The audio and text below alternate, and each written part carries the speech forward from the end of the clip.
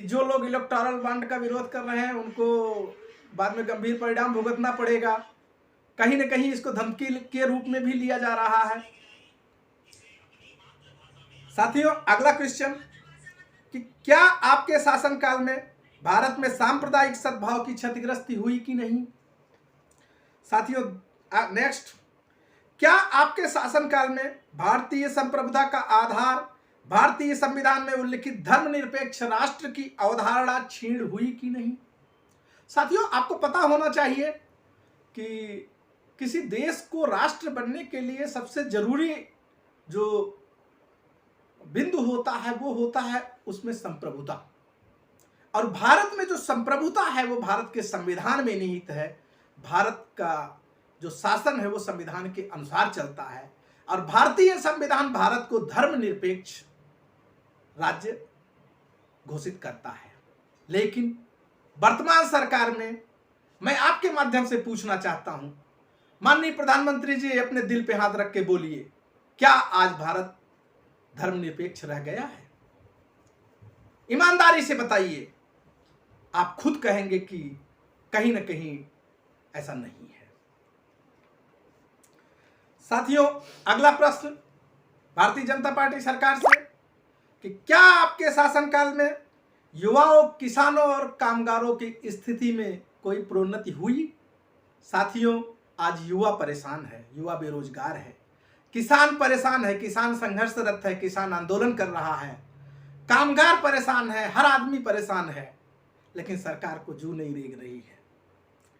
साथियों, एक महत्वपूर्ण प्रश्न कि क्या नोटबंदी के फलस्वरूप काला धन निकालने में आप कामयाब रहे? साथियों, इसका उत्तर भी आपको नेगेटिव ही मिलेगा, जबकि आपको पता है कि सैकड़ों लोग नोटबंदी के दौरान मारे गए। साथियों, अगला प्रश्न है आपकी तरफ से कि क्या ईवीएम की विश्वसनीयता पर जब लोगों को संदेह हो रहा है तो क्या आप भारत में एक स्वच्छ लोकतंत्र की गरिमा को बचाए रखने के लिए मतपत्रों द्वारा मतदान किए जाने की कोई पहल की? नहीं। उत्तर है नहीं, क्योंकि जब लोकतंत्र की महत्ता इस पे होती है साथियों कि अगर लोगों को इस पे विश्वास नहीं हो रहा है, लोगों को शंका है कि ईवीएम में छेड़छाड़ हो रही है, तो आपको चाहिए था कि सबसे बड़ी होती है लोकतंत्र की इज्जत, लोकतंत्र की मर्यादा, लोकतंत्र की शुचिता, लोकतंत्र की शुद्धता, कि मतदान की शुद्धता पे, कोई विश्वसनीयता पे उसके प्रश्न चिन्ह न लगे।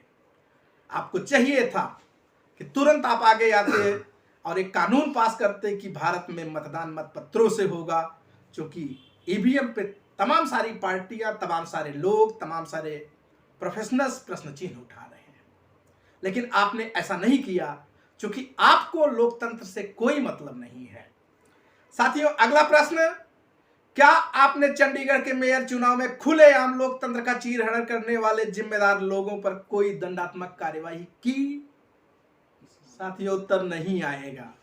साथियों, आपने देखा कि चंडीगढ़ के मेयर का चुनाव मतपत्रों से हुआ था, जिसका वीडियो वायरल हुआ और खुलेआम लोगों ने देखा कि किस तरीके से भारतीय जनता पार्टी लोकतंत्र का चीरहरण करती है। माननीय उच्चतम न्यायालय का हम धन्यवाद ज्ञापन करते हैं कि उन्होंने दंडात्मक कार्रवाई की और उस चुनाव को अवैध घोषित किया। इससे भारतीय जनता पार्टी की नीयत पर आपको भरोसा कभी नहीं हो सकता। अगला प्रश्न, क्या आपके शासनकाल में देश का तालिबानीकरण नहीं हो रहा है? साथियों, बहुत महत्वपूर्ण प्रश्न है ये, और हो सकता है कि मेरे इस प्रश्न से तमाम सारे लोग असहज महसूस करें, लेकिन साथियों, एक बुद्धिजीवी होने के नाते हम ये चीजें सोचते हैं। देखिए, तालिबान में और भारतीय जनता पार्टी में बहुत बड़ा अंतर नहीं है। एक सिक्के के दो पहलू होते हैं, जैसे हेड और टेल वाली कहानी है। इसके बाद अंतिम प्रश्न साथियों आप लोगों की तरफ से कि क्या आपको सत्ता में बने रहने का कोई नैतिक अधिकार है? साथियों, मैं निश्चित तौर पर जानता हूं कि इन सभी प्रश्नों का उत्तर भारतीय जनता पार्टी कभी नहीं दे सकती, और अगर देगी तो सारे उत्तर नकारात्मक हैं।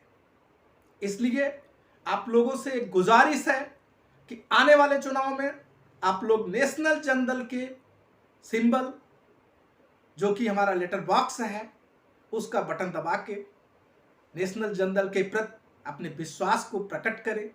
हम आपको भरोसा दिलाते हैं, माननीय डॉक्टर अय्यब कुद्दुसी सर के हवाले से आपको भरोसा दिलाते हैं कि आपके साथ कभी धोखा नहीं होने दूंगा।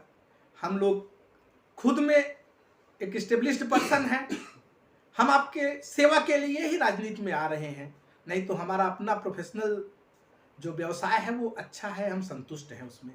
लेकिन हमसे नहीं देखा रहा गया कि देश के साथ जो अन्याय भारतीय जनता पार्टी द्वारा किया जा रहा है, विपक्ष मुद्दा विहीन है, विपक्ष कोई है ही नहीं, और जिन लोगों ने अब तक आए सब लोगों ने लोगों के साथ धोखा किया।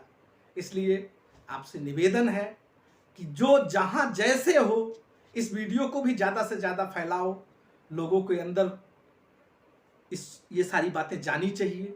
हम तमाम एनजीओ, तमाम बुद्धिजीवियों से इस वीडियो के माध्यम से निवेदन करते हैं कि आप लोग आगे आओ। अगर आज लोकतंत्र नहीं बचा तो फिर आपकी आने वाली पीढ़ियां आपको कभी माफ़ नहीं करेंगी। साथियों, अगर हम इतिहास पे ध्यान दें तो महाजनपद काल में भी लोकतंत्र था, लेकिन मजबूत स्थिति में नहीं रहा। तो हम नहीं चाहते हैं कि वर्तमान लोकतंत्र हमारा किसी तरह से खतरे में जाए। जैसा कि भारतीय जनता पार्टी नारा दे रही है कि अब की बार 400 पार, ये सभी को पता है कि अगर 400 पार की स्थिति में ये पहुंचते हैं तो भारत का संविधान खत्म किया जाएगा, शासन प्रणाली खत्म की जाएगी। नरेंद्र मोदी जी चीन की राह पे चल रहे हैं। ये हो सकता है कि अपने आप को एक स्वयंभू राष्ट्राध्यक्ष घोषित कर दें। इसलिए आप लोगों से हाथ जोड़कर प्रार्थना है कि आने वाले लोकसभा चुनाव में आप लोग लेटर बॉक्स की बटन दबाकर नेशनल जनदल को मजबूत बनाने की कृपा करें। धन्यवाद।